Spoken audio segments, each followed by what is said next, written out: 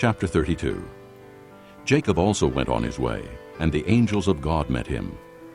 When Jacob saw them, he said, "This is the camp of God." So he named that place Mahanaim. Jacob sent messengers ahead of him to his brother Esau in the land of Seir, the country of Edom. He instructed them, "This is what you are to say to my master Esau. Your servant Jacob says, I have been staying with Laban and have remained there till now. I have cattle and donkeys, sheep and goats, men servants and maidservants. Now I am sending this message to my Lord, that I may find favor in your eyes." When the messengers returned to Jacob, they said, "We went to your brother Esau, and now he is coming to meet you, and 400 men are with him." In great fear and distress, Jacob divided the people who were with him into two groups, and the flocks and herds and camels as well. He thought, "If Esau comes and attacks one group, the group that is left may escape."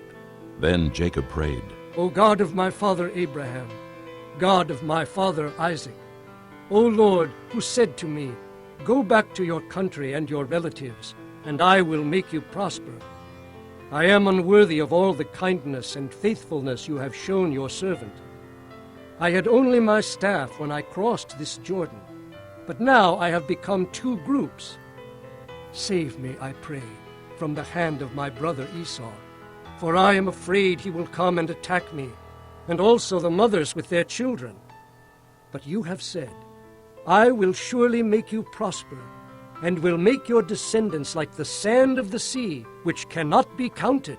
He spent the night there, and from what he had with him he selected a gift for his brother Esau, 200 female goats and 20 male goats, 200 ewes and 20 rams, 30 female camels with their young, 40 cows and 10 bulls, and 20 female donkeys and 10 male donkeys.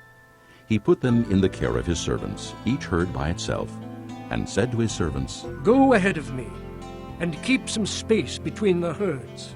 He instructed the one in the lead, When my brother Esau meets you and asks, To whom do you belong, and where are you going, and who owns all these animals in front of you? Then you are to say, They belong to your servant Jacob. They are a gift sent to my lord Esau, and he is coming behind us. He also instructed the second, the third, and all the others who followed the herds. You are to say the same thing to Esau when you meet him, and be sure to say, Your servant Jacob is coming behind us. For he thought, I will pacify him with these gifts I am sending on ahead. Later, when I see him, perhaps he will receive me. So Jacob's gifts went on ahead of him, but he himself spent the night in the camp. That night Jacob got up and took his 2 wives, his 2 maidservants, and his 11 sons, and crossed the ford of the Jabbok. After he had sent them across the stream, he sent over all his possessions. So Jacob was left alone, and a man wrestled with him till daybreak. When the man saw that he could not overpower him, he touched the socket of Jacob's hip, so that his hip was wrenched as he wrestled with the man. Then the man said, Let me go, for it is daybreak. But Jacob replied, I will not let go unless you bless me. The man asked him, What is your name? Jacob, he answered.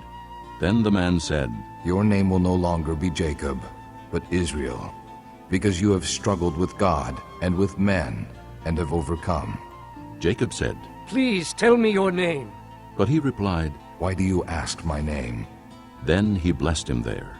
So Jacob called the place Peniel, saying, It is because I saw God face to face, and yet my life was spared.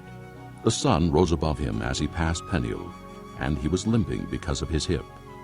Therefore to this day the Israelites do not eat the tendon attached to the socket of the hip, because the socket of Jacob's hip was touched near the tendon.